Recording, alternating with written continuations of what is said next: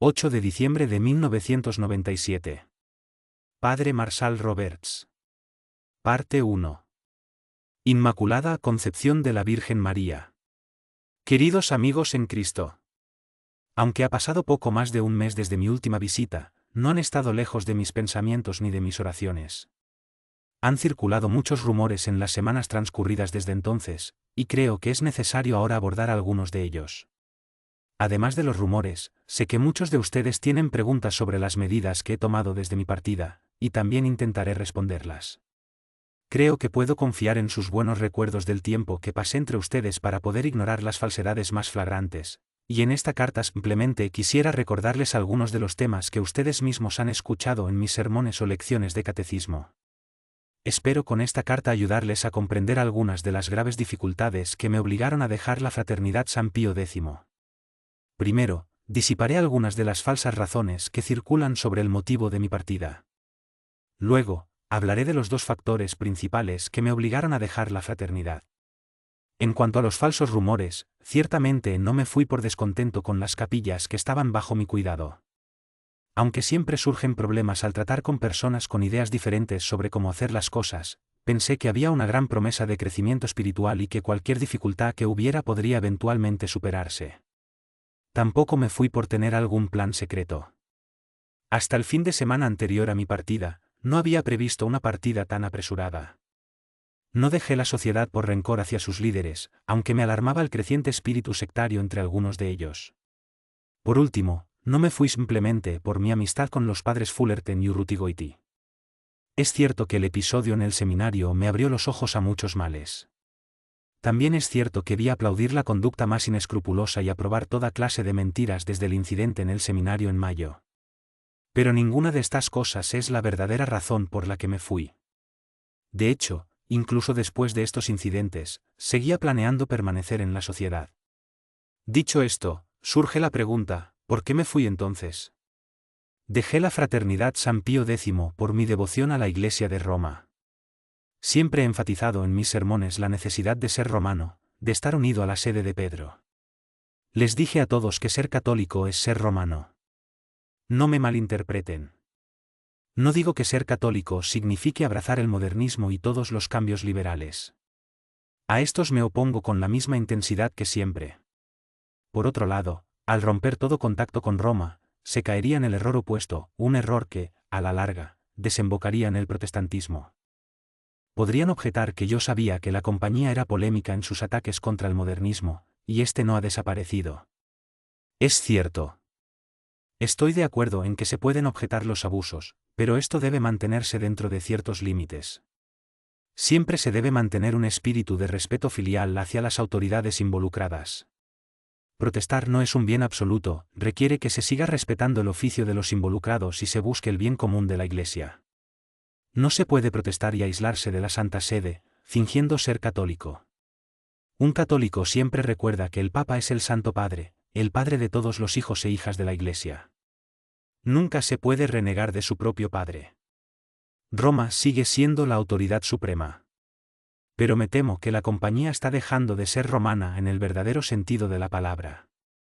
Concretamente, dos factores me obligaron a abandonar la compañía, uno por parte de la compañía y otro por parte de Roma, ambos relacionados.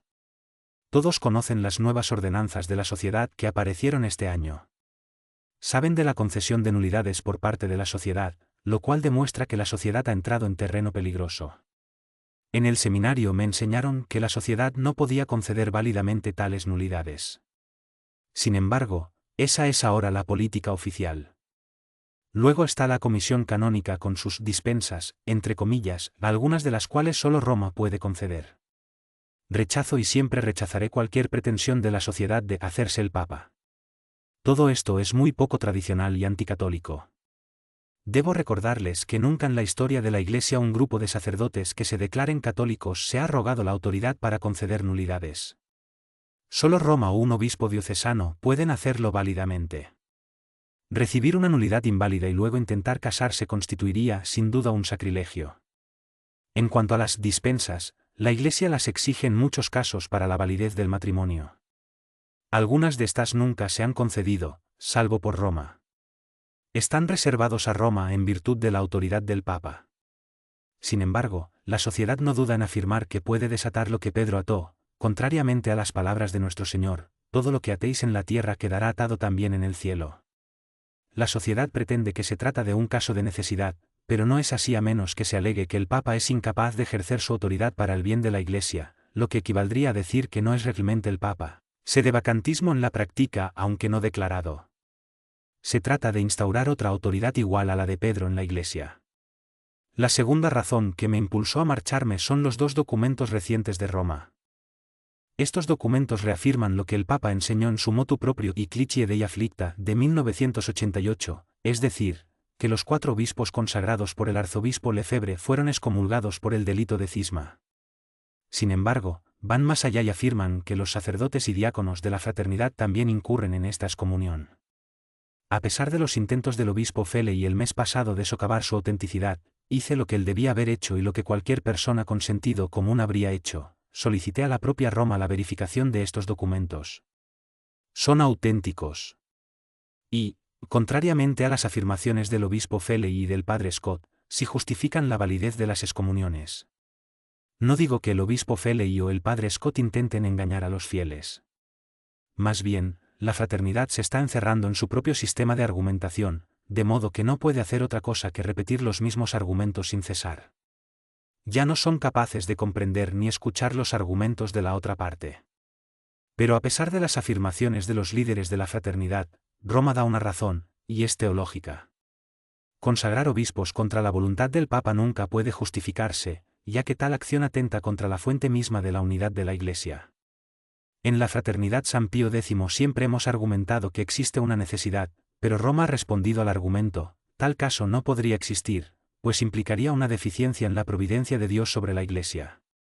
Para salvar a la Iglesia, habría que obviar el papado, que es la fuente de toda la unidad de la Iglesia. La teología moral es muy clara: cuando uno duda de su situación en la Iglesia católica, debe abandonar la incertidumbre. Desde que me fui, he tenido más tiempo para leer los argumentos de Roma, y son muy contundentes. Se basan en la tradición católica, en los papas y los padres. Quizás sea bueno proporcionarle una de estas pruebas que Roma pueda usar. El Papa Pío XII, en su encíclica Ade Apostolorum Principis, dice: ninguna autoridad que no sea la del Sumo Pontífice, ninguna asamblea de sacerdotes o laicos, puede arrogarse el derecho de nombrar obispos. Nadie puede legítimamente conferir la consagración episcopal sin la certeza de un mandato papal. Una consagración conferida de esta manera es contraria a la ley humana y divina, constituye un gravísimo atentado contra la unidad misma de la Iglesia y se castiga con la excomunión. Dicho esto, permítanme abordar otra de las objeciones presentadas contra mi salida. Algunos me han acusado de ser demasiado intelectual y, por lo tanto, engañado por el diablo. Si no estuviera tan preocupado por la teología, dicen, nunca habría abandonado el seno de la compañía. Una fe sencilla agrada más a Dios, protestan. Es cierto que una fe sencilla agrada a Dios, pero esa misma fe sencilla, fortalecida por el catecismo, puede explicar por qué me vi obligado a dejar la compañía. Volvamos a nuestros catecismos. Estoy seguro de que todos estaremos de acuerdo en que si alguien intentara enseñarnos una doctrina contraria a lo que la Iglesia ha enseñado en sus catecismos, tendríamos que estar en guardia. Este tiempo de crisis nos ha puesto a todos en una posición muy delicada. Debido a los muchos peligros inherentes a una posición que implica resistirse a los deseos de tantos obispos, un nuevo espíritu se ha ido dejando sentir gradualmente en el pensamiento de un gran número de simpatizantes de la compañía, e incluso en la propia dirección de la compañía. La postura original de la gran mayoría de los católicos tradicionales era que, debido al desastre posterior al concilio, era necesario oponerse a los diversos abusos que se imponían a todos. Esto era bueno y necesario, pero desde entonces se ha instalado una nueva actitud de distanciamiento. De la resistencia a los abusos de autoridad, muchos han pasado a una actitud abiertamente hostil hacia la propia autoridad. A esta hostilidad se une un deseo, quizás incluso inconsciente, de permanecer totalmente separados tanto de la jerarquía como de la comunidad de fieles. Es un peligro sutil, pero aún más fatal si no se le resiste activamente.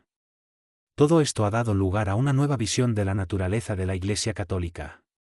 La sociedad está creando su propio tipo de jerarquía y comisiones que pueden eludir por completo la jerarquía católica. Vayamos ahora al Catecismo y veamos lo que enseña sobre la Iglesia establecida por Cristo. ¿Qué es la Iglesia, en definitiva? El Catecismo dice, la Iglesia es la congregación de todos los que profesan la fe de Cristo, participan de los mismos sacramentos y son gobernados por sus legítimos pastores bajo una sola cabeza visible. No basta con tener la fe, hay que estar sujeto a los legítimos pastores. ¿Quiénes son estos? El Catecismo continúa, por legítimos pastores, nos referimos a aquellos en la Iglesia que han sido nombrados por la autoridad legítima y que, por lo tanto, tienen derecho a gobernarnos. Los legítimos pastores en la Iglesia son, cada sacerdote en su parroquia, cada obispo en su diócesis y el Papa en toda la Iglesia. Si uno no está sujeto a los legítimos pastores, no está en la Iglesia. Obviamente, esta sujeción no implica obedecer mandatos pecaminosos. Sin embargo, exige obedecer en todo excepto en el pecado. Es indudable que una persona puede simplemente ignorar a su pastor legítimo como si no existiera. El Catecismo de San Pío X declara lo que sería tal persona, un cismático. ¿Qué es un cismático? Los cismáticos son personas bautizadas que se niegan obstinadamente a obedecer a los pastores legítimos y, por lo tanto, están separados de la Iglesia, aunque no nieguen ninguna verdad de la fe. Existe, entonces, un problema al hablar de una Iglesia, nave sordo, ya que ésta abarca a todos aquellos que poseen autoridad legítima, el Papa, los obispos y los párrocos.